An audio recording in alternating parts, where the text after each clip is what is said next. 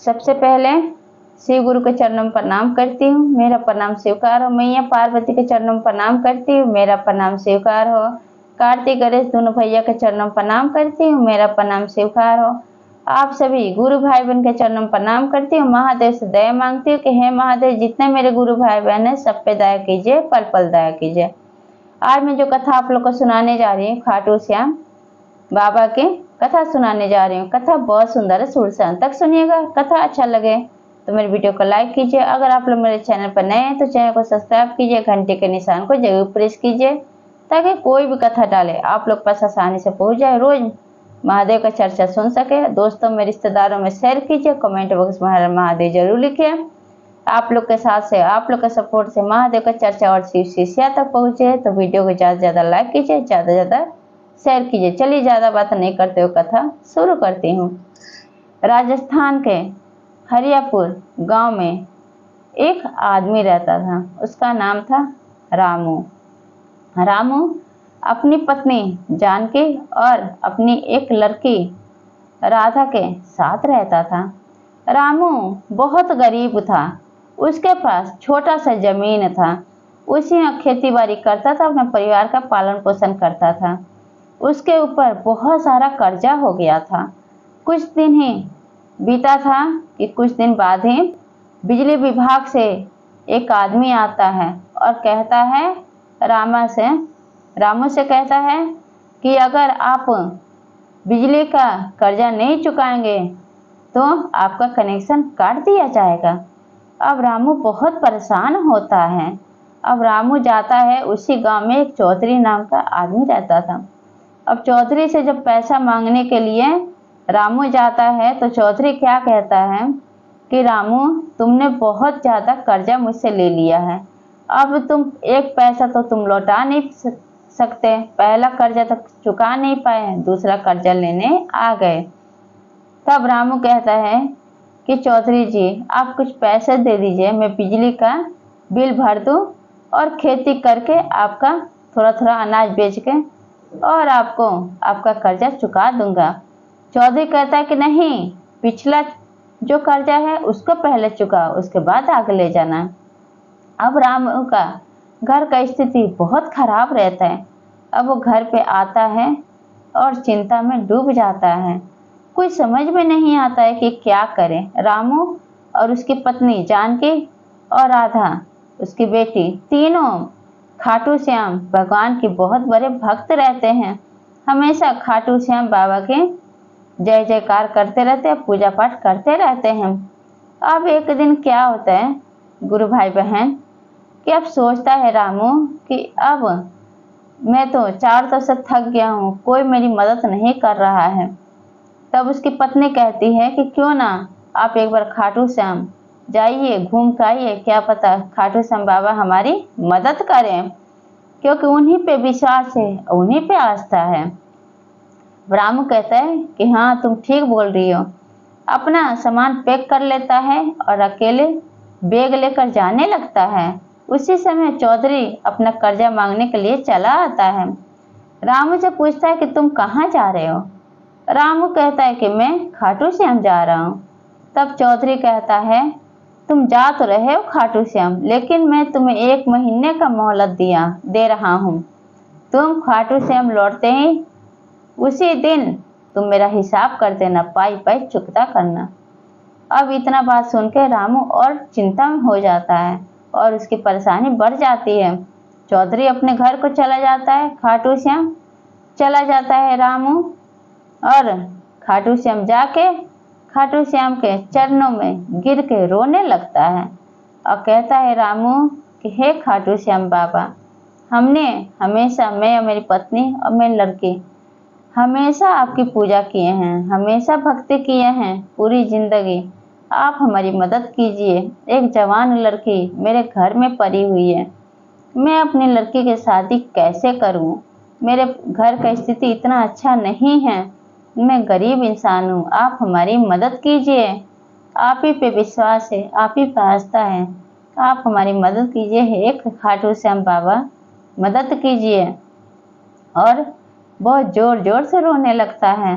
फिर क्या करता है कि फिर थोड़ी देर बाद उठ के वहाँ से घर के लिए निकल जाता है। जब निकल जाता है, जब आने लगता है रास्ते में, तो क्या होता है कि रास्ते में एक बूढ़ा आदमी, एक सेठ, जिसके पास बहुत सारा धन था लेकिन सुख भोगने वाला कोई नहीं था उसके पास। अब वो कहता है, देखता है जब रामू को, तो क्या कहता है कि क्या तुम मुझे मेरे महल में छोड़ दोगे? से मेरा कोई नहीं है ले जाने वाला। अब मैं अपना दवाई भूल गया हूँ, मुझे हार्ट की प्रॉब्लम है। तब कहता है रामू कि हाँ, मैं आपको ले जाके छोड़ दूंगा।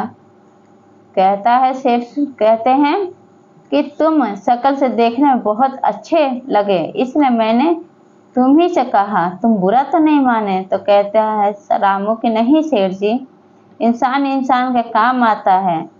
अगर इंसानी दुख के समय में काम ना आए तो इंसानियत खत्म हो जाएगा उस इंसान से। अब क्या होता है कि अब रामू उस सेठ को महल में सही सलामत पहुंचा देता है। अब कहता है, जो सेठ जो थे, कहते रामू से कि मेरे पास बहुत सारा धन है, इतना धन है, सुख भोगने वाला कोई नहीं है, ना कोई संतान है, ना घरवाली है, सिर्फ अकेला रहता है इस महल में। तुम्हें जितना पैसा चाहिए तुम उतना पैसा ले लो और तुम अपना सारा काम कर लो। अब इतना बात जब सुनता है रामू, अब उसको खुशी का ठिकाना नहीं रहता है। मन ही मन खाटू श्याम बाबा को धन्यवाद देने लगता है। कहता है मन ही मन कि खाटू श्याम बाबा, आपकी लीला अपरंपार है, आपका दया तो बहुत बड़ा है, बिना मांगे आपने सब कुछ दे दिया। अब वो सेठ जी इतना पैसा देते हैं रामू को। रामू जब वहां से पैसा लेकर आता है तो जो चौधरी था उसका भी पैसा दे देता है, कर्जा पाई पाई चुका देता है। बिजली जो काटने वाला आया था आदमी कनेक्शन, उसका भी बिजली विभाग का भी पैसा चुकता कर देता है। अपनी बेटी की शादी राधा का कर देता है। राधा की शादी अच्छे घर में हो जाता है। लड़की अपने घर में ससुराल में हंसी खुशी से रहने लगती है। सारा काम बढ़िया से हो जाता है और अपने लिए घर भी बना लेता है, खूब बढ़िया से घर भी खरीद लेता है, अपना बिजनेस शुरू कर देता है, दिनों रात तरक्की हो जाता है। रामू का सारा दुख तकलीफ, सारा गरीबी दूर हो जाता है। गुरु भाई बहन, जब सारा काम निपट जाता है तब रामू की पत्नी कहती है कि क्यों ना मैं भी, वो जब रामू बोला अपनी पत्नी से कि मुझे एक सेठ ने इतना सारा पैसा दिया, तो पत्नी कहती है कि चलिए हम दोनों चल के, जानकी और रामू कहते हैं कि चलो ये उस आदमी को धन्यवाद करते हैं, राजस्थान चलते खाटू श्याम, और भगवान के दर्शन भी हो जाएंगे खाटू श्याम बाबा के, और सेठ जी को धन्यवाद भी कर देंगे। अब रामू और उसकी पत्नी जानकी दोनों आते हैं राजस्थान खाटू श्याम। तो कहते हैं पहले सेठ जी को धन्यवाद कर देते हैं। जहाँ पे महल था सेठ जी का, जब वहाँ पे जाते हैं रामू और उसकी पत्नी, तो क्या देखते हैं कि वहाँ दूर दूर तक कुछ नहीं है। वहाँ से महल गायब है और कोई सेठ जी नहीं है। अगल बगल में सबसे पूछता है रामू कि यहाँ पे दीनानाथ का घर आप लोग को पता है किस कहाँ है? तब सब कहते हैं, कोई कहता है कि यह पागल हो गया है, और कोई लोग सुनता है शहर के तो कहता है कि ये कोई और नहीं है सेठ, यहाँ पे तो कोई महल ही नहीं है। वो सेठ कोई और नहीं, स्वयं खाटू श्याम बाबा बन के आए हैं आपकी रक्षा करने के लिए, आपका सहारा बनने के लिए, आपका गरीबी दूर करने के लिए। अब जब इतना बात रामू और उसकी पत्नी जानकी सुनते हैं दोनों, अब भगवान खाटू श्याम को बहुत धन्यवाद देते हैं। खाटू श्याम जाते हैं, जाकर मंदिर में दोनों दर्शन करते हैं और हाथ जोड़कर कहते हैं, हे खाटू श्याम बाबा, आपने तो सारी दुख सारी तकलीफें दूर कर दी, आपने सारा रुका हुआ काम बना दिया, सबका दुख हर लिया खाटू श्याम बाबा। और रामू और जानकी दोनों धन्यवाद खाटू श्याम बाबा को बोल के अपने घर को लौट आते हैं। और खाटू श्याम बाबा सबका दुख तकलीफ दूर कर दिए। तो इसलिए मैं भी यही कहूँगी खाटू श्याम बाबा से कि हे खाटू श्याम बाबा, जिस तरह से आपने रामू और जानकी के सारा दुख तकलीफ दूर कर दिए, इस तरह से मेरे जितने गुरु भाई बहन हैं सबका, हम सबका दुख तकलीफ सबका दूर कर दीजिए, हम लोग को भी अपना दर्शन दीजिए। तो ये चर्चा आप लोग कैसा लगा, तो सब बोलिए हर हर महादेव, माता पार्वती की जय।